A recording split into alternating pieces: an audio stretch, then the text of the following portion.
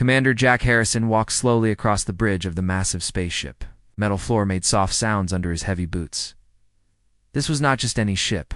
This was the ESS Thunder, the first real war machine that Earth had ever built for fighting in deep space. The Thunder was huge. It stretched nearly 2 kilometers from front to back. That was longer than most cities were wide. The ship looked like a giant metal beast with weapons sticking out from every side. Big guns called railguns were mounted along the hull. Plasma. Torpedo tubes pointed forward like the fangs of some space monster.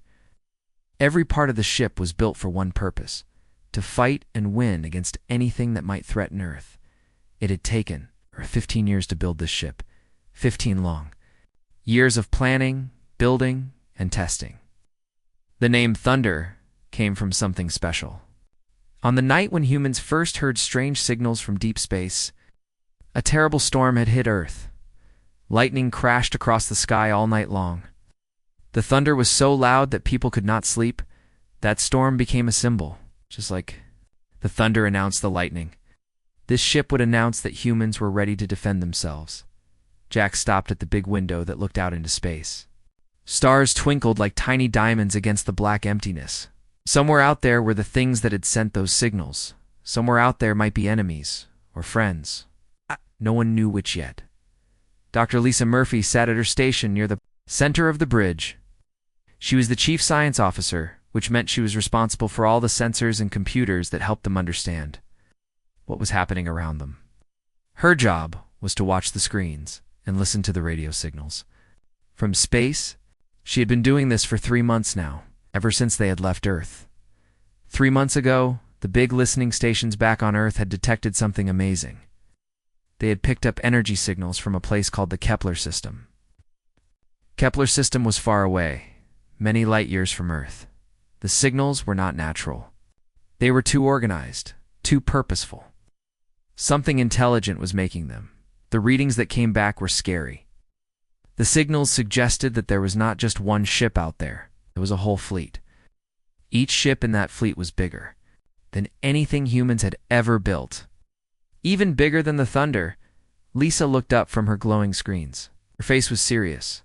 "Sir, we are getting more transmissions," she said to the men near her. "The signals are definitely made by someone. But the way they are coded is different from anything we have ever seen before." The bridge was full of people working at different stations. There were about 20 crew members on the bridge at any time. Each person had a job to do. Some watched the engines. Some controlled the weapons. Some guided the ship through space. All of them were the best Earth had to offer. Captain Rick Davis was in charge of everything. He was 45 years old and had been commanding spaceships for most of his adult life. Before the Thunder, he had been the captain of 3 different ships. All of those ships had been smaller and designed for exploring the solar system around Earth. The Thunder was his first deep space command. Rick had gray hair at his temples and lines around his eyes from years of looking at bright computer screens. He was not tall, but he carried himself like a leader. When he spoke, people listened. When he gave orders, people followed them without question. Rick moved from station to station, checking on his crew. He did this every few hours to make sure everything was working properly. The Thunder was the most complex machine humans had ever built. There were thousands of things that could go wrong. Rick's job was to make sure they did not go wrong. He stopped at the navigation station where Lieutenant Amy Wells was working.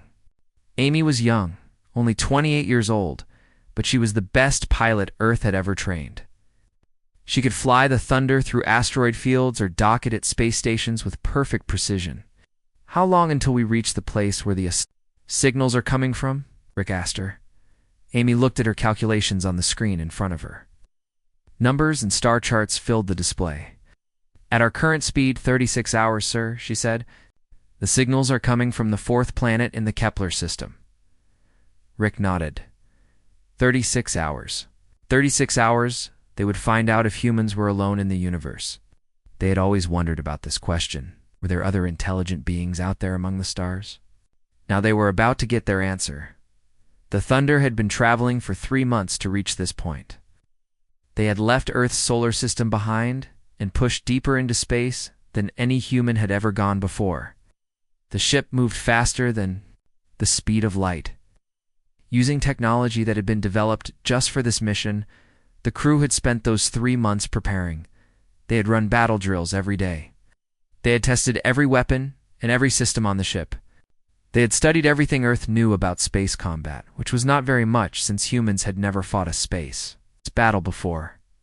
But they had also prepared for peaceful contact. Dr. Lisa Murphy had created translation programs for dozens of possible alien languages.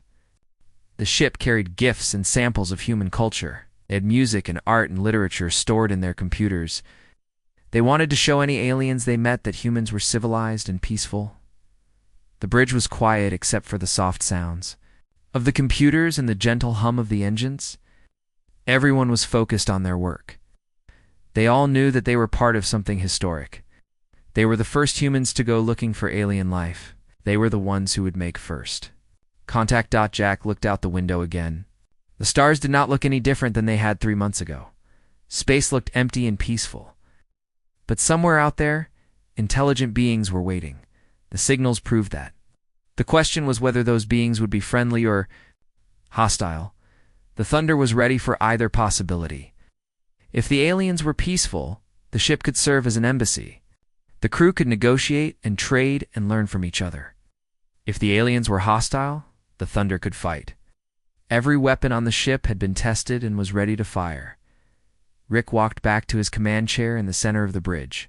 From there, he could see every station and every crew member. He could give orders quickly if needed. He could watch the main screen that showed what was ahead of them. The main screen showed the Kepler system getting closer. They could see the star at the center of the system. They could see the planets orbiting around it. The fourth planet was still too far away to see clearly, but that was where they were going.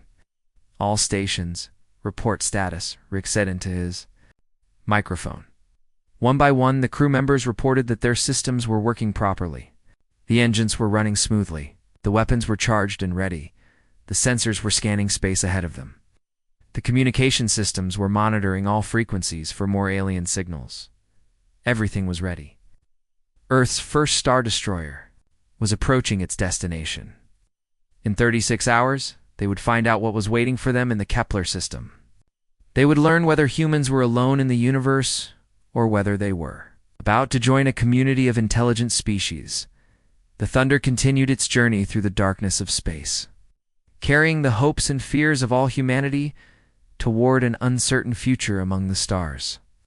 The Kepler system slowly revealed its secrets as the Thunder moved closer. The 36 hours had passed quickly for the crew. Now they could see things that no human had ever seen before. The fourth planet hung in space ahead of them like a blue and green jewel. But it was not the planet that caught their attention. It was what was floating around the planet. Massive structures orbited the fourth planet in perfect formation. These were not natural objects like moons or asteroids. They were clearly built by intelligent beings. The structures were huge, much larger than anything humans had ever constructed. Even the biggest space stations that Earth had built looked tiny compared to these alien creations. Dr. Lisa Murphy stared at her sensor readings in amazement. The numbers on her screen were almost impossible to believe. "Captain," she called out, "those structures are showing energy signatures unlike anything in our databases. The power levels are incredible." Captain Rick Davis moved to stand behind her chair. He looked at the same readings that had shocked Lisa. The alien structures were not just big, they were actively powered and clearly functional. This was not some ancient ruin or abandoned outpost. This was a living, working alien facility. Lieutenant Amy Wells adjusted the main viewing screen to give them a better look. As the image became clearer, the crew could see that the structures were actually ships. 12 massive vessels hung in space around the planet. Each one had a different shape and size, but they all shared certain characteristics that marked them as belonging to the same civilization. The alien ships looked like they had been grown rather than built. Their hulls curved and flowed in organic patterns. There were no sharp edges or straight lines like human ships had. Instead, everything was smooth and rounded, as if the ships were living creatures rather than machines. Chief Engineer Ben Carter was studying the technical readings from his station. He was responsible for understanding how things worked, and these alien ships fascinated him. "Captain," he said in a voice full of wonder, "these ships are using some kind of biomechanical technology. The hull materials are changing and adapting to the environment around them," and pulled up more detailed scans on his screen. The alien hulls were not made of metal like human ships. They seemed to be made of some kind of living material that could respond to changes in temperature, radiation, and other conditions. It was like the ships had skin instead of armor. The largest alien ship was truly massive. It measured nearly 4 kilometers from front to back. It made it twice as long as the Thunder, which was already the biggest ship humans had ever built. The other ships were smaller, but still impressively large. Even the smallest alien vessel was bigger than most human ships. As the Thunder continued to approach, the alien ships began to change. Patterns of light started to flow across their hulls. The lights pulsed and shifted in complex rhythms. It was beautiful to watch, like seeing the heartbeat of some giant space creature. Dr. Lisa Murphy was recording everything. Her job was to analyze and understand what they were seeing. "The light patterns are not random," she reported. "There's definitely a structure to them. It might be some form of communication." Captain Rick Davis felt his heart beating faster. They were actually looking at alien technology? After all the years of wondering and searching, humans had finally found proof that they were not alone in the universe. But now that the moment had arrived, Rick felt nervous. Were these aliens friendly? Were they hostile? There was no way to know until contact was made. Suddenly, the communication system on the Thunder came to life. Lights blinked on panels throughout the bridge. Sound filled the air that made everyone stop what they were doing and listen. It was a voice. An alien voice speaking in a language they had never heard before. But then something amazing happened. The alien voice began speaking in English. The words were careful and pronounced with an accent that was strange but understandable. The voice was calm and measured, like someone who was choosing each word very carefully. "Human vessel," the voice said. "You have entered Zephyrian space. I am Commander Veltar of the Exploration Fleet Harmony. We have been monitoring your species for some time." The bridge of the Thunder became completely silent. Every crew member stopped what they were doing and stared at the communication speakers. They were hearing the first words ever spoken to humans by an alien intelligence. It was a moment that would be remembered forever in human history. "Captain?" Rick Davis stepped forward toward the main communication panel. His training told him to be cautious. These aliens had been watching humans without making contact. That could mean they were studying human weaknesses. They might be planning an attack. Rick's hand moved instinctively toward the weapon controls. "This is Captain Rick Davis of the Earth vessel Thunder," he said in a clear, strong voice. "We come in peace, but we are prepared to defend ourselves if necessary." The response did not come immediately. Several seconds passed in silence. Rick could hear his own heartbeat and the quiet breathing of his crew. Everyone was waiting to see how the aliens would react to his warning. Finally, Commander Veltar spoke again. "Your defensive posture is noted and respected, Captain Davis. The Zephyrian Collective has observed human expansion with great interest. We wish to establish formal contact between our civilizations." Dr. Lisa Murphy was working frantically at her station. She was analyzing the alien transmission to understand how their communication technology worked. What she discovered was both impressive and concerning. "Sir," she said quietly to Captain Davis, "their communication technology is at least 50 years ahead of ours. But they are deliberately using simplified methods to make sure we can understand them." This information made Rick think. If the aliens had such advanced technology, they could probably communicate in ways that humans could not even detect. The fact that they were using simple radio transmissions meant they wanted humans to understand them. That seemed like a good sign. But it also meant that the aliens had been studying human technology for a long time. They knew exactly how human communication systems worked. They had probably been listening to human radio and television broadcasts for years. They might know more about human civilization than humans knew about theirs. Lieutenant Amy Wells was monitoring the positions of the alien ships. "Captain," she reported, "the alien vessels are maintaining their formation. They are not moving to surround us or take any aggressive positions. This was also encouraging. If the aliens wanted to attack, they would probably move their ships to better fighting positions. The fact that they were staying in formation suggested that they were not planning an immediate attack. Chief Engineer Ben Carter was still studying the alien ship designs.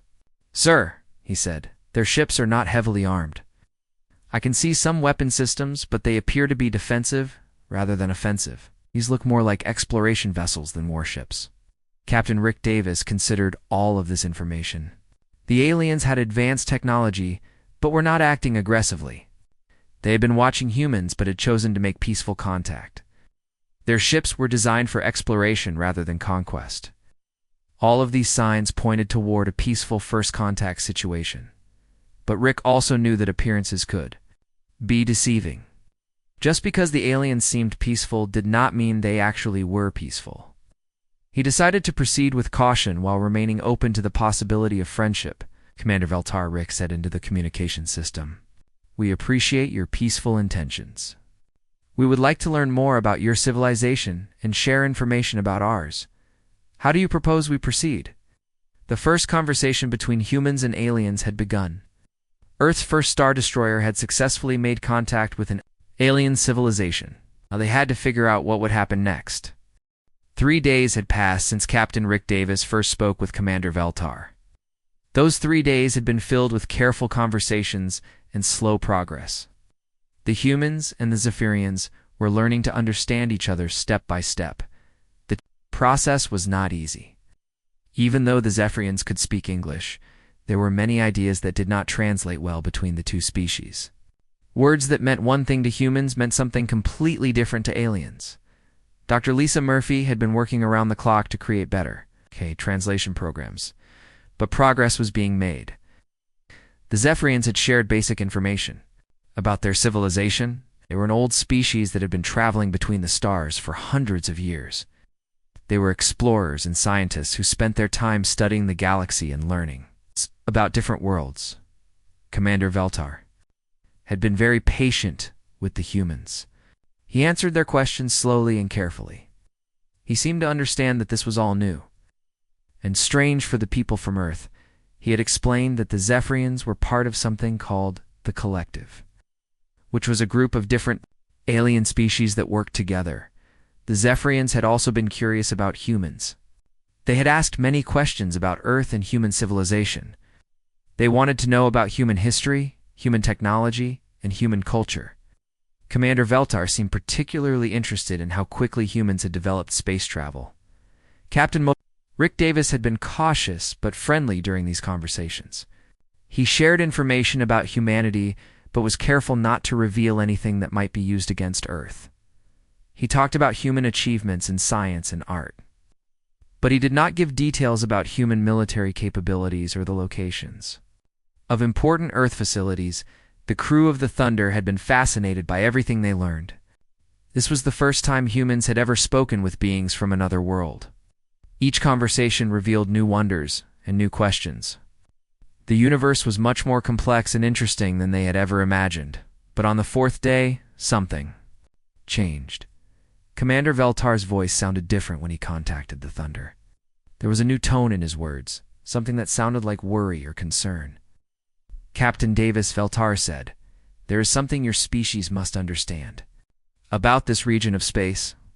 You are not the only ones who have recently achieved the ability to travel between stars." Captain Rick Davis felt his stomach tighten. The way Veltar spoke suggested that this was serious news. "What do you mean, Commander?" Rick asked. "There are others," Veltar replied. "Others who are not as peaceful as my people. I must share information with you that may be disturbing." On the bridge of the Thunder, the crew gathered around the central display table. This was where they could see maps and charts projected in 3 dimensions. It was the best way to understand complex information about space and star systems. "Commander." Veltar began transmitting data to the Thunder's computers. Star charts appeared on the display, showing the local region of the galaxy. The maps showed dozens of star systems, with different colors marking different types of territories. Most of the systems were marked in blue or green. indicating peaceful civilizations or unexplored areas. But there were many systems marked in red. The red areas formed a large cluster that seemed to be growing larger over time. The red areas represent the Krex Empire, Veltar explained. The Krex are a military species that has been expanding aggressively for the past 10 years. They view newer spacefaring civilizations as either resources to be taken or threats to be eliminated.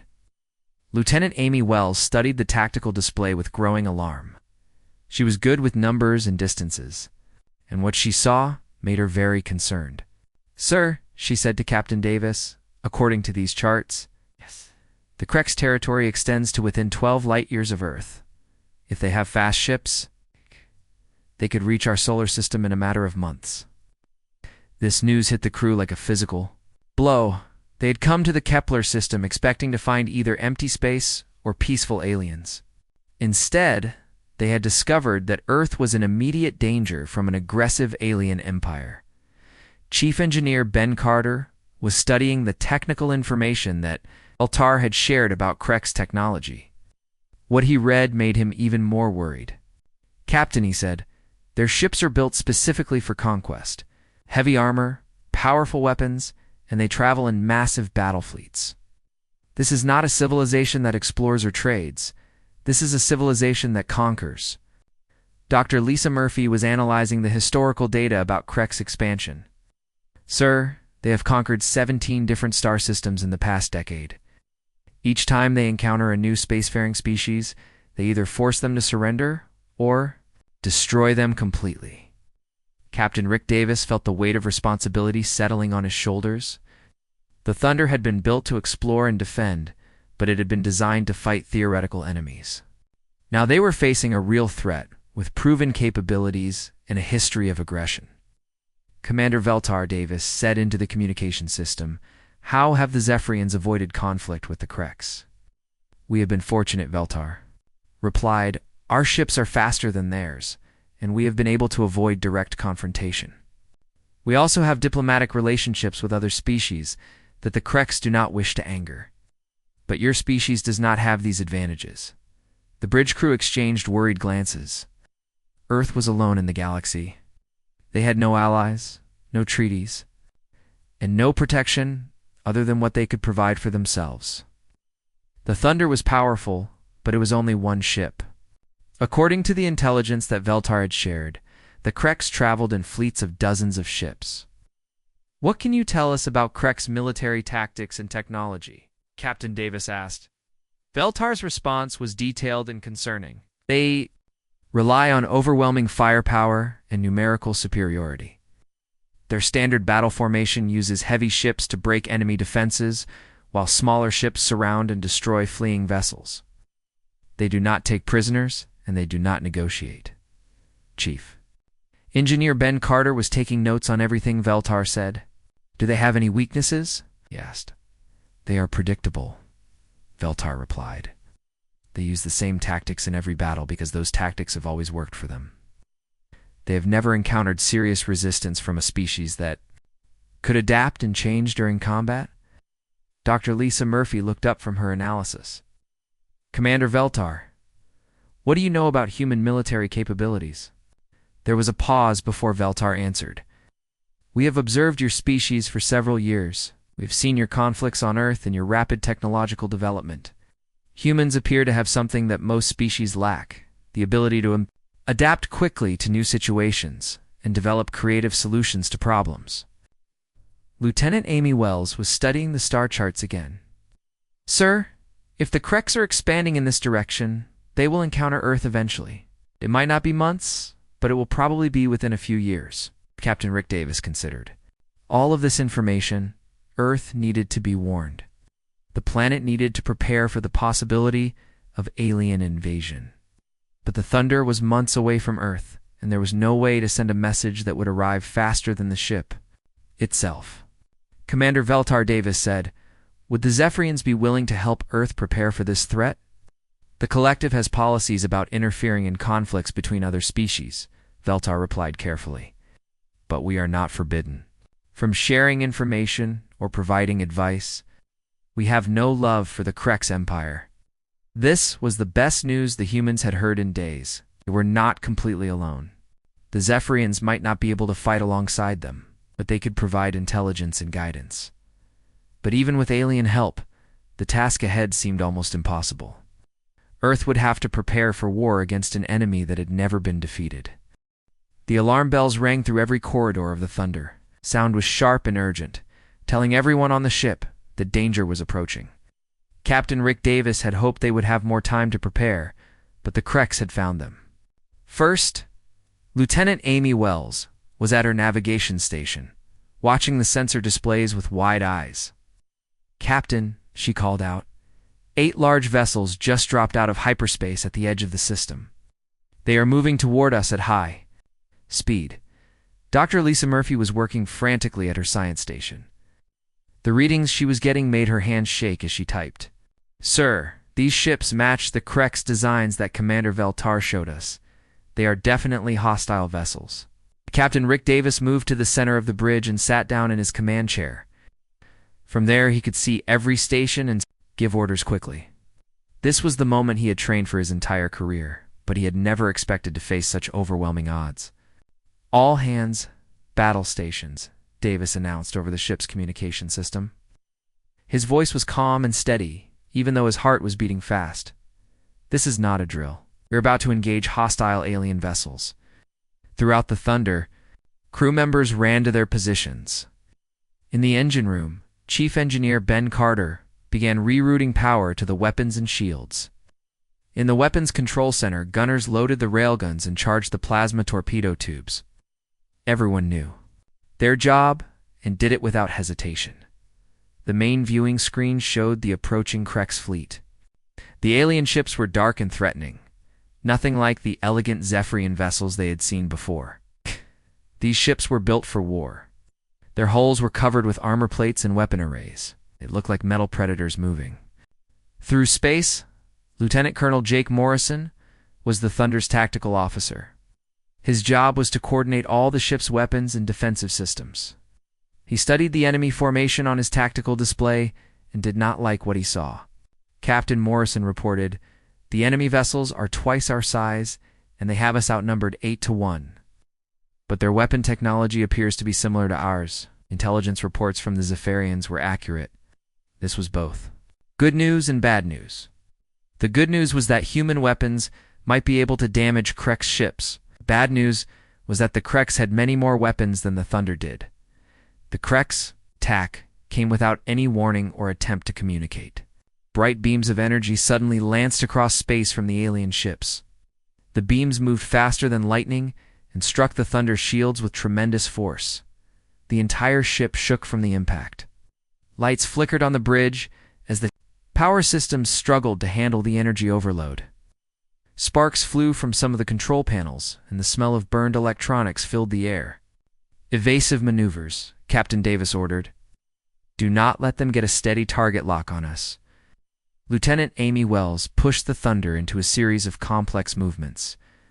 The big ship twisted and turned through space like a dancer, trying to avoid the enemy fire.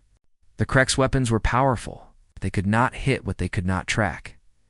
Chief Engineer Ben Carter's voice came over the communication system from the engine room. "Captain, I am rerouting all available power to the shields. I can take a few more hits, but not many." Captain Davis knew they could not win this battle by running and hiding. The Thunder would have to fight back, and it would have to fight smart. The humans had one advantage that the Creks did not expect: creativity. "All weapons, return fire," Davis commanded. "Target their lead vessel's weapon arrays." The Thunder's railguns fired in perfect coordination. The weapons used magnetic fields to accelerate metal projectiles to incredible speeds. When these projectiles hit their targets, they carried more energy than nuclear bombs. The hypervelocity projectiles crossed the distance between the ships in seconds and struck the lead Creks vessel with devastating effect. The alien ship's shields flared and failed under the impact. Two of its main weapon clusters exploded in brilliant flashes of light. The Creks had clearly not expected such precise and powerful return fire. Their formation wavered as the damaged ship fell back behind the others, Dr. Lisa Murphy was monitoring Krek's communications using the translation programs she had developed. The alien voices sounded angry and confused. "Captain," she reported, "they are trying to coordinate a flanking maneuver. 3 ships are moving to surround us." This was exactly what Captain Davis had expected. The Kreks were using standard military tactics, just as Commander Veltar had predicted. But Davis had a plan to use their predictability against them. "Amy, take us into that asteroid field," Davis ordered, pointing at the tactical display. A cluster of space rocks floated nearby. Left over from the formation of the Kepler system, Lieutenant Amy Wells understood immediately what the captain wanted. "Yes, sir," she said, and pushed the Thunder toward the asteroids at maximum speed. The Thunder dove into the asteroid field like a fish swimming into a coral reef. The ship was much smaller than the Krek's vessels, which meant it could maneuver between the space rocks more easily. Amy piloted with incredible skill, threading the ship through gaps that seemed impossibly narrow. The Krek ships tried to follow, but their larger size worked against them. They could not make the sharp turns that the Thunder could make. 2 of the alien vessels collided with each other while trying to navigate between the asteroids. Both ships were damaged and had to fall back. The remaining Krek ships were now scattered and disorganized. Their careful formation had been broken by the unexpected terrain. This was exactly what Captain Davis had hoped for. The Thunder emerged from the asteroid field behind the enemy fleet. This gave the human ship perfect firing angles on the Krek's engines and rear sections, which were less heavily armored than the front. All weapons concentrated fire on their propulsion systems. Lieutenant Colonel Morrison called out to the weapons crews. The Thunder's guns spoke with devastating effect. Railgun projectiles and plasma torpedoes struck the rear sections of 3 Krek's ships simultaneously. Explosions bloomed along the alien hulls as their engines were destroyed or damaged. 2 of the Krek's vessels lost all power and began drifting helplessly through space. The 3rd ship was badly damaged and struggling to maintain course. The remaining 5 ships were still dangerous, but they were no longer confident of victory. The Kreks had never faced an enemy that could outmaneuver them and strike from unexpected angles. They were used to fighting opponents who would meet them head-on in direct combat. The human tactics were completely unfamiliar to them. Dr. Lisa Murphy was still listening to the alien communications. "Captain, they are arguing among themselves. Some want to continue the attack, but others want to retreat."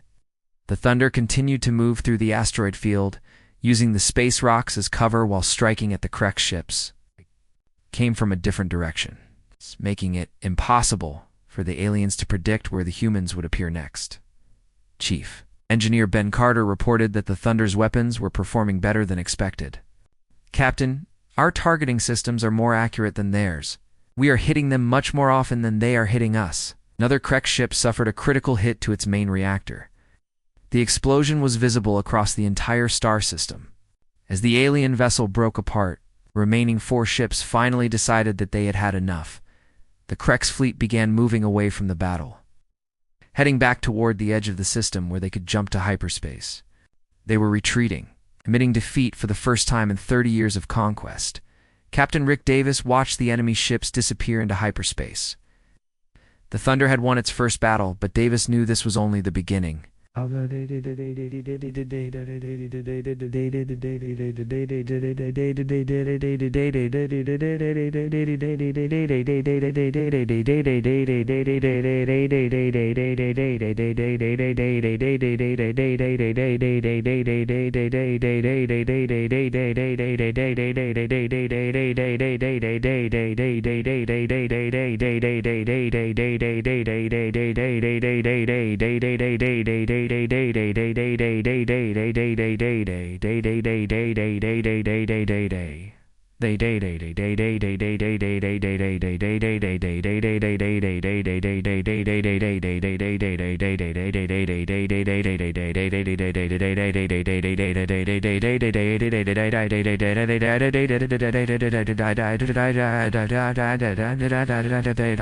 Kreks would be back, and next time they would bring more ships. The news of the Thunder's victory spread across the galaxy faster than anyone had expected, within just 2 days of the battle. The ship's communication systems were flooded with messages from alien civilizations that had never contacted humans. Before, Captain Rick Davis sat in his ready room, reading through the translated messages with amazement. There were congratulations from species he had never heard of. Oh. There were requests for meetings from governments of distant star systems. There were even offers of trade agreements and military alliances. Dr. Lisa Murphy entered the room carrying a datapad filled with more translations. "Captain," she said, "we have received 47 different first contact messages in the past 24 hours. It seems that news of our victory has reached every corner of this region of space. The victory over the Krex fleet had done more than just save the Thunder from destruction. It had announced to the entire galaxy that humans were a force to be respected. For 30 years, the Krex Empire had been expanding without anyone being able to stop them. Now a single human ship had defeated 8 Krex vessels using tactics that no one had ever seen before. Commander Veltar's flagship, the Harmony, had moved closer to the Thunder after the battle. The Zephyrian commander had been impressed by the human victory, but he was also concerned about what it might mean for the future. Captain Davis Veltar said during their daily communication, "Your species has accomplished something that many thought was impossible. Krex have not suffered a tactical defeat in over 30 years of expansion. Every species in this region of space is talking about what happened here." On the bridge of the Thunder, the crew was still processing the implications of their success. They had come to the Kepler system, expecting to make first contact with one alien species. Instead, they had become the center of attention for dozens of different civilizations. Lieutenant Amy Wells was coordinating the ship's position as more alien vessels arrived in the system. "Captain," she reported, "we now have representatives from 12 different species requesting meetings. Some of them have traveled for days just to get here." The variety of alien ships arriving in the Kepler system was incredible. Each species had developed their own unique approach to space travel and ship design. Some vessels were sleek and fast like the Zephyrians. Others were massive and industrial. A few looked more like living creatures than machines. Dr. Lisa Murphy had been working around the clock to create translation programs for all the new languages she was encountering. Each species communicated differently, and some used methods that humans had never imagined. "I am learning more about galactic civilization in 1 week than humans have learned in all of history. The most important revelation was the true scope of the galactic community. There were not just a few alien species scattered across space. There were dozens of civilizations, each with their own worlds, technologies, and cultures. Humans had stumbled into a complex political situation that had been developing for centuries. Chief Engineer Ben Carter had been invited aboard several alien ships to examine their technology. What he learned was both exciting and humbling. "Captain," he reported after returning from a visit to a Zephyrian vessel, "their biomechanical engineering is centuries ahead of ours in some areas. But our adaptive computer systems are actually more advanced than what most species use. This was an important discovery. Humans were not the most advanced species in the galaxy, but they were not the least advanced either. Human technology had developed along different lines than alien technology, which meant that humans had things to offer as well as things to learn." The communication array suddenly activated with an incoming message from Earth. Admiral Susan Grant's face appeared on the main screen in Captain Davis's ready room. Her expression mixed pride with concern as she spoke. "Captain Davis," Admiral Grant said, "the President has been briefed on your situation. The entire planet is following your mission with great interest. We are proud of what you have accomplished, but we are also concerned about the implications." Captain Davis understood the Admiral's concerns. The victory over the Krex had made Earth a target. The Krex Empire would not forget this defeat, and they would certainly plan revenge.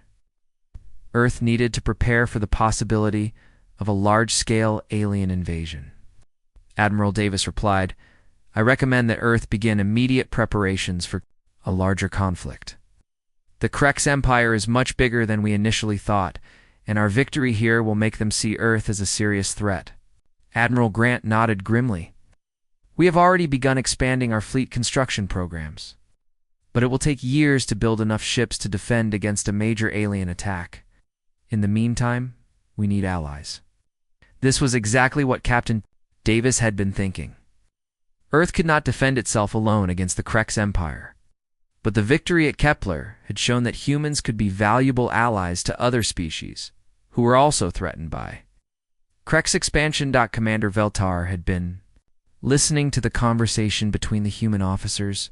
Captain Davis, he said, the Zephyrian Collective has been discussing this situation. We believe that your species could play an important role in organizing resistance to the Krex Empire. Over the next several days, informal meetings took place between representatives of different alien species. The discussions were complex because each civilization had different concerns and priorities, but they all shared one common problem: the threat of Krex expansion.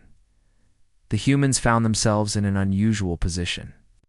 They were the newest members of the galactic community, but their victory had given them influence that normally took centuries to develop.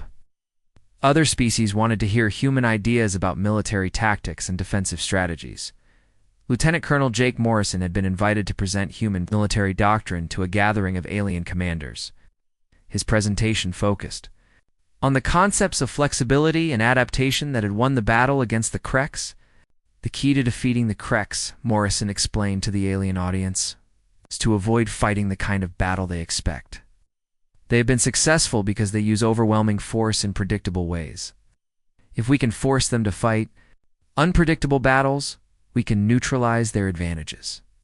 The alien commanders found these ideas fascinating. Most species had developed military traditions that emphasized honor, courage, and direct confrontation. The human approach of using deception and surprise was new to many of them. Dr. Lisa Murphy was working with Zephyrian scientists to combine human and alien technologies. The biomechanical systems used by the Zephyrians could be enhanced with human adaptive computers.